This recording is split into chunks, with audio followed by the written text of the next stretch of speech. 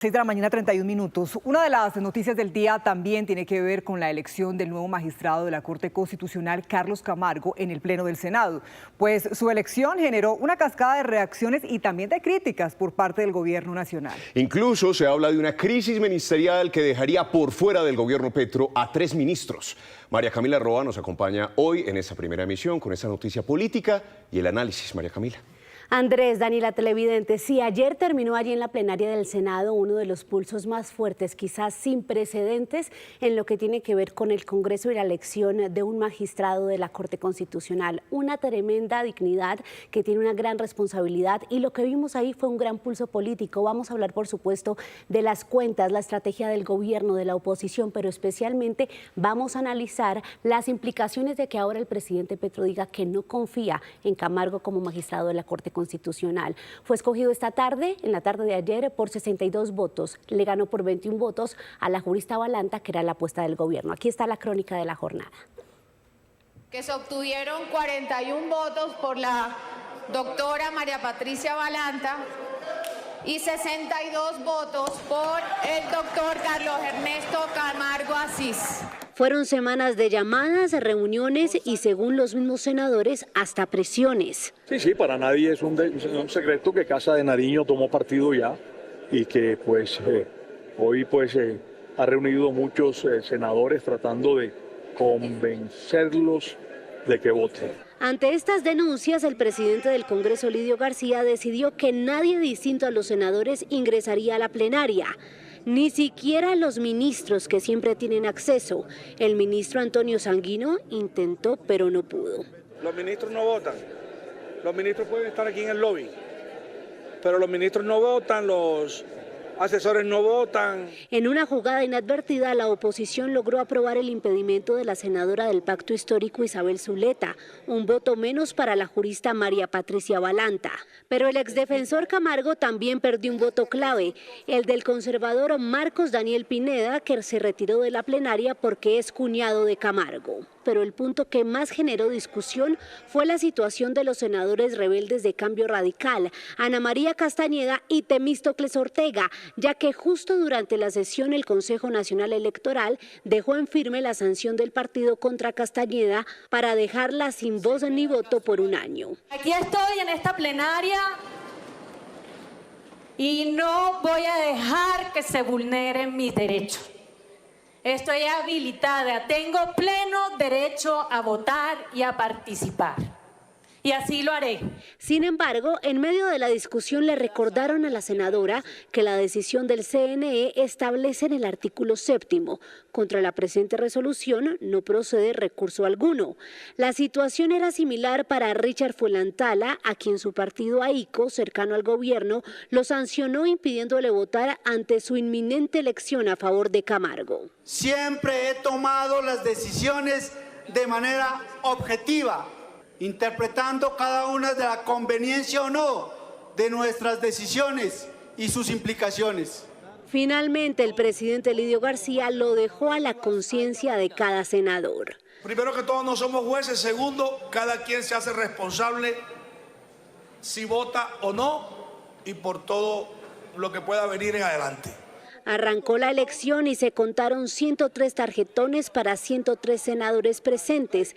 Cada congresista recibió el tarjetón, votó de manera reservada en este cubículo y depositó su voto en la urna secreta.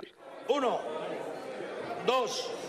Terminó la votación y la comisión escrutadora, conformada por senadores de diferentes partidos, hizo el conteo. El resultado: 41 votos a favor de María Patricia Balanta y 62 a favor de Carlos Camargo. Por favor, comisión escrutadora, ¿quién rinde el informe? Camargo juró como magistrado ante el Congreso y dijo que desde el alto tribunal abogará por la independencia de poderes y el respeto a las instituciones. Hoy, más que nunca, sé lo que está en juego. Es la confianza de los ciudadanos en sus instituciones y la certeza de que la justicia se ejerce no en beneficio de unos pocos, sino en nombre de todo el pueblo colombiano. Los juristas Balanta y Tovar felicitaron al exdefensor por su elección. El nuevo magistrado reemplazará en el alto tribunal a José Fernando Reyes. 6 de la mañana, 36 minutos. Veíamos ahí la crónica de la jornada, pero vamos a hablar ahora de la reacción del gobierno, que fue muy fuerte, muy contundente. Aunque el ministro Benedetti, el ministro de la Política, primero felicitó en un trino a Carlos Camargo, luego en un pronunciamiento dijo las razones por las que a su juicio no fue elegida María Patricia Balanta. Aquí está el ministro. Lo que demostró, y queda muy claro, que las cortes, los jueces y los medios de comunicación y las redes son los que realmente tienen el poder. Eligieron a Camargo en contra de la mejor hoja de vida, que era la señora Balanta. Y más allá si merecía o no merecía ganar la señora Balanta, lo único que vimos fue un acto de discriminación por todos los medios de comunicación, por todos los opinadores. La trataron por ser mujer, por ser negra y por venir de estrato bajo. A esta hora vamos a hablar con un hombre que conoce a fondo el funcionamiento de las altas cortes para conocer su opinión sobre lo que pasó en las últimas horas. El expresidente de la Corte Suprema de Justicia, el doctor Jaime Arrubla, quien siempre es un gusto tener aquí en Noticias Caracol. Doctor Arrubla, bienvenido, un gusto saludarlo. Un gusto saludarlos a ustedes y a todos sus oyentes. Doctora Arrubla, quiero empezar por lo que acabamos de escuchar, la reacción del gobierno. Dice el ministro Benedetti que pues lo que hicieron en el Congreso fue despreciar, rechazar la hoja de Balanta porque es negra y porque viene de estratos bajos. ¿Qué opinión le merece? Yo creo que no. Yo creo que el que jugó mal fue el gobierno por pretender apropiarse de una candidatura. La doctora Balanta es una juez de carrera, fue magistrada en el Tribunal de Buga. Yo la conocí como presidenta de ese tribunal, una persona íntegra, es decir, una buena hoja de vida. El daño lo hace el mismo gobierno al pretender decir que es de su grupo, que la presentaron como el pacto histórico. Eso se contaminó, obviamente, con toda esta puja democrática y política que hay en Colombia, alrededor, que la ha creado el mismo gobierno por la falta de prudencia y que llevó a los partidos y grupos políticos a atemorizarse y a reaccionar. Es que mire, lo que acabamos de ver fue un espectáculo que no se debe ver en una democracia. Pretender los grupos, los partidos políticos, el partido de gobierno, sacar provecho en una elección de un magistrado, cuando realmente lo que debe haber es tranquilidad, serenidad, garantizar la independencia judicial, no pretender que esta elección tiene un significado político, porque se supone que los magistrados se deben a la Constitución y a la ley, no se deben a ningún gobierno ni a ningún partido, y que una vez son elegidos no tienen por qué atender a ese tipo de pretensiones políticas. Entonces yo creo que aquí el daño lo hizo el mismo gobierno y se lo hizo él mismo a su candidata al pretender decir que era de su grupo político. Sí, doctora Arrubla, yo quisiera preguntarle precisamente por eso que usted menciona, las instituciones, la imagen de la Corte Constitucional a la luz de lo que ha sido la reacción del presidente Gustavo Petro, diciendo que no confía en Camargo, porque cuando fue defensor del pueblo no se pronunció en torno a supuestas violaciones de los derechos humanos, pero además diciendo que quieren devolver a la justicia al duquismo, al cartel de la toga, al clientelismo corrupto. ¿Qué tanto afectan estas palabras a las instituciones y a lo que ocurrió en el Congreso? Es algo totalmente nefasto. El deber del jefe de Estado es garantizar la independencia judicial. El deber del jefe de Estado es hablar bien de las instituciones, es defenderlas. Y entonces entra él a personalizar y eso realmente no le queda bien. Eran tres excelentes candidatos. El más jurista de todos es el doctor Tovar, que no sacó ningún voto. Eso ha pasado también en tiempo atrás.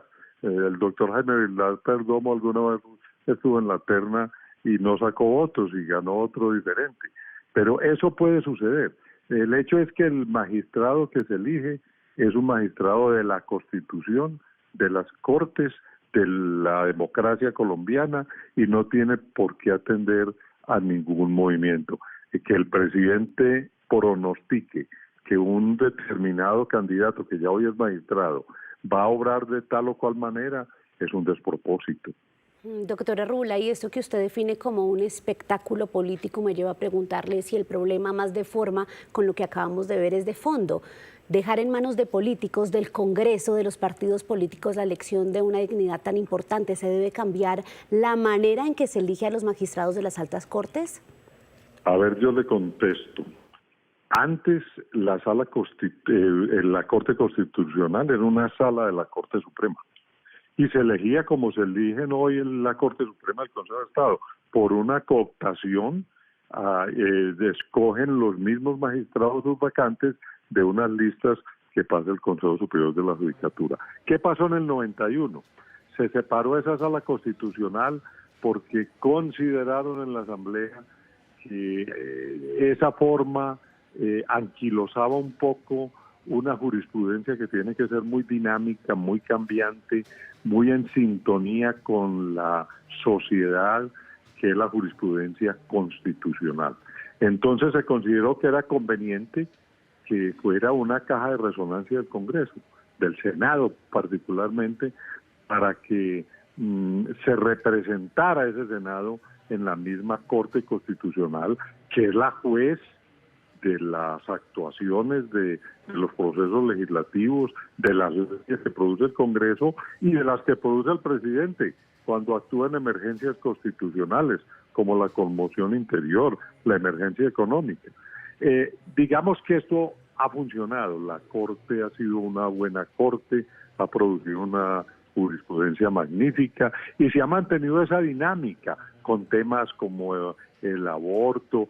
Se ha quedado el Congreso atrás en muchos temas y le ha tocado a la Corte tener que presionarlos, como eutanasia, temas de género, protección de la niñez, etcétera.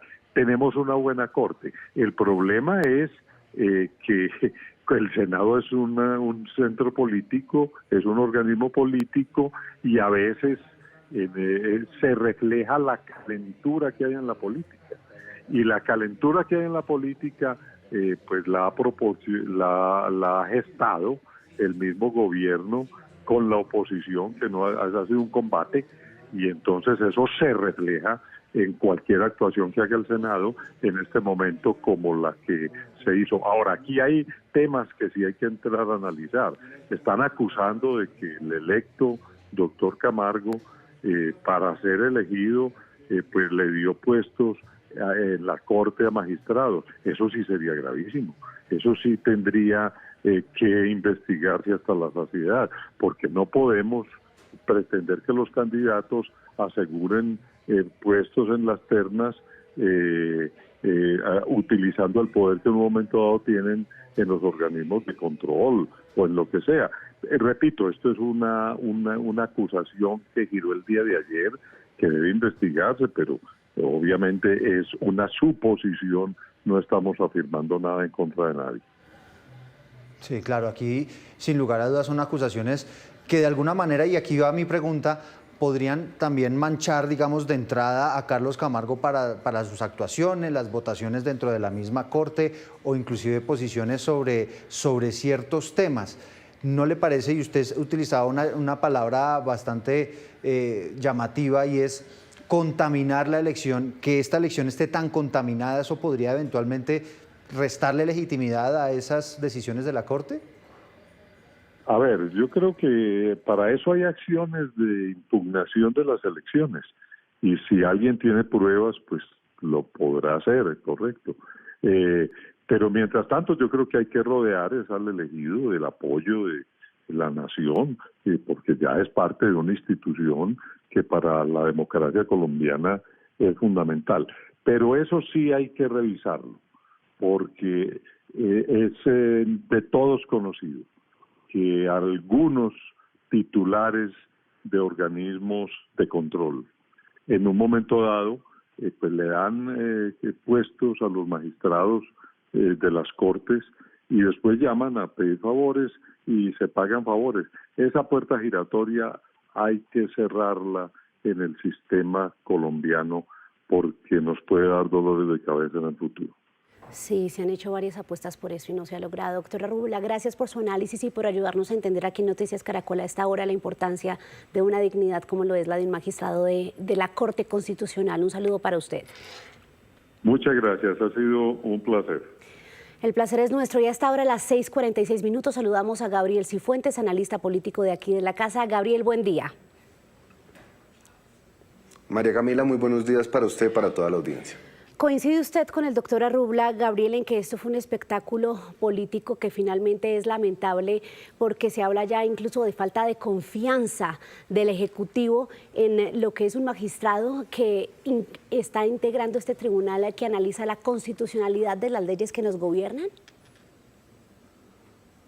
Varias cosas, María Camila. Lo primero es que los jueces hablan a través de sus fallos y la terna llega tras una estricta evaluación que realiza la Corte Suprema de Justicia de acuerdo con lo establecido en los trámites de la Constitución y de la ley. Ahora, lo que sí es cierto es que esa atropellada elección de ayer fue un bochornoso show político en la medida en que más que la evaluación de los perfiles de los candidatos hubo una puja entre la oposición y el oficialismo. Cuando se elige un magistrado de la Corte Constitucional no se elige un amigo o un enemigo del gobierno o del Congreso, se elige una majestad que tiene por función la protección de la Constitución y que va a cumplir un rol fundamental en una institución que ha servido de cortafuegos a los abusos del poder y como garante de las instituciones y del orden democrático.